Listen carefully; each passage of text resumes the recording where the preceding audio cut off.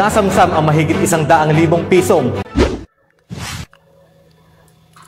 Dakong alas 9:55 ng umaga nang magkasanang bypass operation ng mga operatiba ng Philippine Drug Enforcement Agency, katuwang ang Police Drug Enforcement Unit Surigao del Norte Provincial Office at General Luna Municipal Police Station sa Purok 3, Barangay Katangman, General Luna, Surigao del Norte. Kinilala ang mga naaresto na sina alias Rona, 24 na taong gulang, isang freelance model at residente ng Kawit, Cavite, at si alias Herl, 43 taong gulang, isang senior manager sa isang telecom at residente ng Guadalupe, Viejo, Makati. Sa operasyon, nasamsam ang 71 pirasong tableta ng ecstasy na may street value na 182,000. Bukod sa droga, nakumpiska rin ng mga otoridad ang isang iPhone XR, isang iPhone 11 at malaking halaga ng pera kasama ng bypass money. Nahaharap ngayon ng mga naaresto sa kasong paglabag ng Section 5 at Section 11 ng Article 2 ng RA 9165 o Comprehensive Dangerous Drug Act of 2002. Bunga ng pagkakaisa para sa isang layuning wakasan ng problema sa ilegal na droga, patuloy at aktibo ang PNP Caraga sa pagsagip sa mga taong nalulong sa mapanganib na dulot ng ilegal na droga.